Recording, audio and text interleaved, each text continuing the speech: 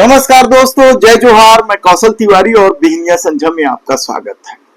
छत्तीसगढ़ की राजनीति इन दिनों बेहद गर्म हो गई है, क्योंकि छत्तीसगढ़ के पूर्व मुख्यमंत्री भूपेश बघेल के बेटे चैतन्य बघेल यानी बिट्टू को ईडी ने गिरफ्तार कर लिया है।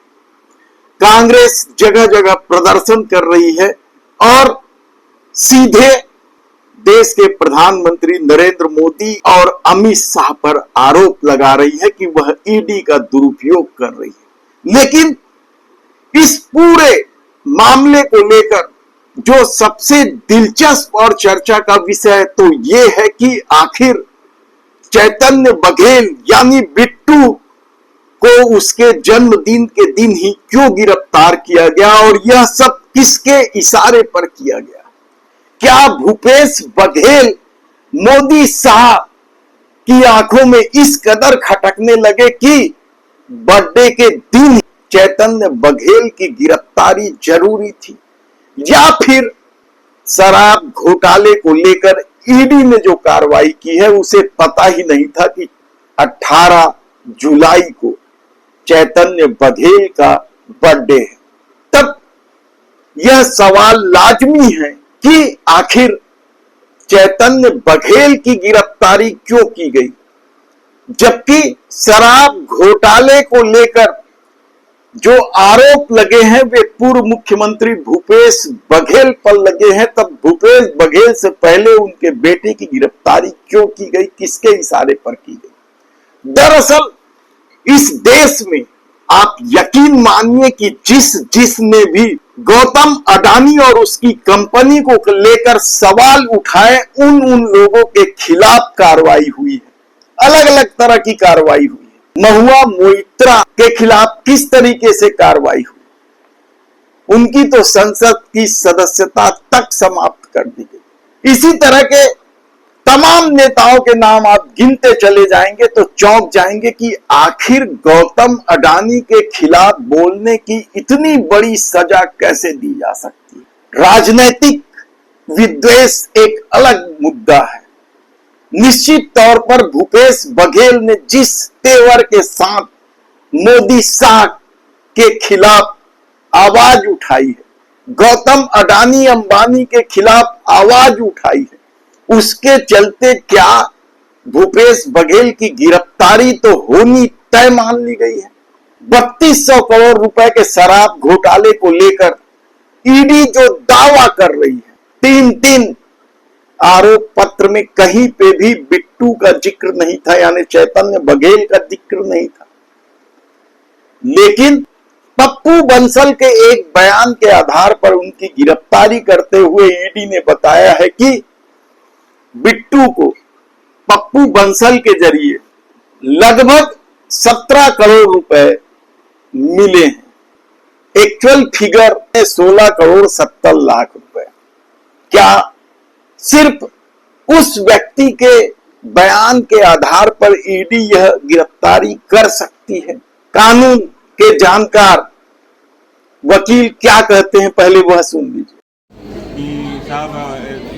काल्पनिक जो है, एक बिना इनसे कोई पूछे कि भाई पप्पू बंसल ऐसा बोल रहे हैं, वो सही बोल रहे हैं, नहीं बोल रहे हैं। पप्पू बंसल जो डर के मारे, एनपीडब्ल्यू के डर के बारे में, परिवार के डर के बारे में जो भी उन्होंने स्टेटमेंट दिया होगा, क्योंकि आज भी वो नॉन अवेलेबल वारंट स्टैंड है और पप्पू बंसल घूम रहे हैं, तो आप इससे अंदाज़ा लगा सकते हैं कि कैसा उनका बयान लिया गया होगा और उस बयान की कितनी वैल्यू है। क्योंकि एक बार भी आप देखिए कि अगर 2022 से अगर ये इसमें जांच चल रही है और जांच कब तक चलेगी इसका कोई, ये आप देखिए कि आप 22 से जांच चल रही है, अभी तक केस शुरू नहीं हुआ है और ये जांच चलते रहेगी, लोग आते रहेंगे और ये बदलता रहेगा। अंत है ही, मतलब इसको अंत ही नहीं है कि ईडी ने बिट्टू को रिमांड में लेते हुए जो आवेदन दिया है उसके मुताबिक शराब घोटाले से उत्पन्न अपराध की आय का एक बड़ा हिस्सा लक्ष्मी नारायण बंसल उर्फ पप्पू बंसल को सौंपा जा रहा था।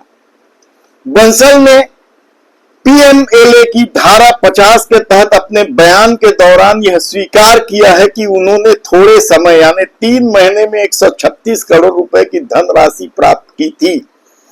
जैसा कि अनवर ढेबर और नितेश पुरोहित के बीच हुई बातचीत में चर्चा की गई थी।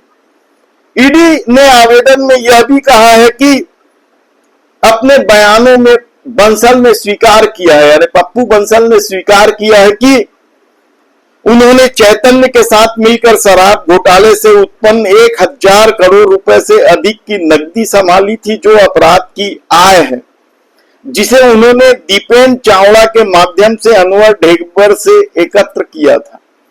आवेदन में कहा गया है कि उसके बाद बंसल ने चैतन्य के साथ मिलकर उक्त धनराशि राम गोपाल अग्रवाल, फरार हैं ये, कांग्रेस के कोषाध्यक्ष, तक पहुंचाई थी। इसके अलावा उन्होंने चैतन्य के निर्देश पर के श्रीवास्तव को लगभग 80 करोड़ रुपए की धनराशि दिए थे। इसके अलावा 16 करोड़ 70 लाख रुपए बिट्टू के पास है। बघेल डेवलपर्स, ये बिट्टू की अपनी कंपनी है, तो इसे लेकर भी ईडी ने कई तरह के दावे किए हैं। इन सब दावों के साथ ईडी ने बिट्टू को गिरफ्तार किया है। लेकिन अब सवाल असली यहां से शुरू होता है कि बिट्टू की गिरफ्तारी क्या सिर्फ भूपेश बघेल पर दबाव डालने के लिए किया गया है? हालांकि भूपेश बघेल अभी सत्ता में तो है नहीं, सत्ता से बाहर है, कांग्रेस के महासचिव हैं। तो क्या भूपेश बघेल ने सचमुच गौतम अडानी की नींद उड़ा दी है? क्योंकि भूपेश बघेल ने ईडी के छापे के बाद कहा है कि मालिक को खुश करने के लिए ही उनके यहां ईडी की कार्रवाई की गई है। उन्होंने सीधे सीधे आरोप लगाया कि तमनार का मामला उठ रहा है। हमने आपको विस्तार से बताया कि तमनार का मामला वास्तव में है क्या, किस तरीके से ग्राम सभा के अनुमोदन के बगैर अडानी वहां के जंगल की कटाई कर रहे हैं और जो जनप्रतिनिधि है उन्हें किस तरीके से नजरबंद किया गया, हिरासत में लिया गया, लोगों के साथ दुर्व्यवहार किया गया, मारपीट किया गया, सब कुछ हम आपको विस्तार से बता चुके हैं। तो क्या सिर्फ अडानी को खुश करने के लिए ईडी ने ये कार्रवाई की है? क्या सीधे आजकल अडानी निर्देश देने लगे ईडी को कि गिरफ्तार करो, आज विधानसभा में मामला है, ताकि अखबारों में बैनर ना बन सके, मेन स्ट्रीम मीडिया में यह पहली खबर ना बन सके?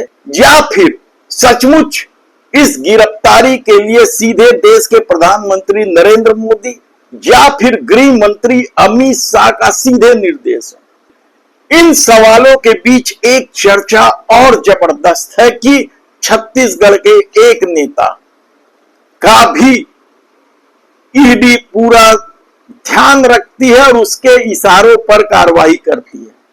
जो नाम सामने आ रहा है वो छत्तीसगढ़ के वित्त मंत्री ओपी चौधरी का नाम सामने आ रहा है।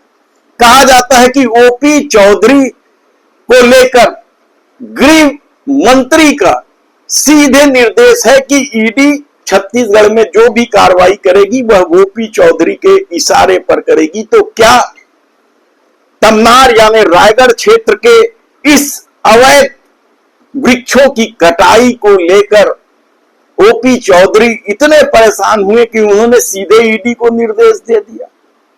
ये सवाल इसलिए भी बड़ा होते जा रहा है क्योंकि खुद गृह मंत्री ने एक सभा में ओपी चौधरी की पीठ थपथपाते हुए कहा था कि इसे तो हम बड़ा आदमी बनाएंगे। और शायद यही वजह है कि अब ये सवाल बड़ा होता जा रहा है कि चैतन्य बघेल को उसके जन्मदिन के दिन ही क्यों गिरफ्तार किया गया। आप कल्पना कर सकते हैं कि राजनीतिक विद्वेष के चलते इस कदर लड़ाई आगे निकल जाएगी।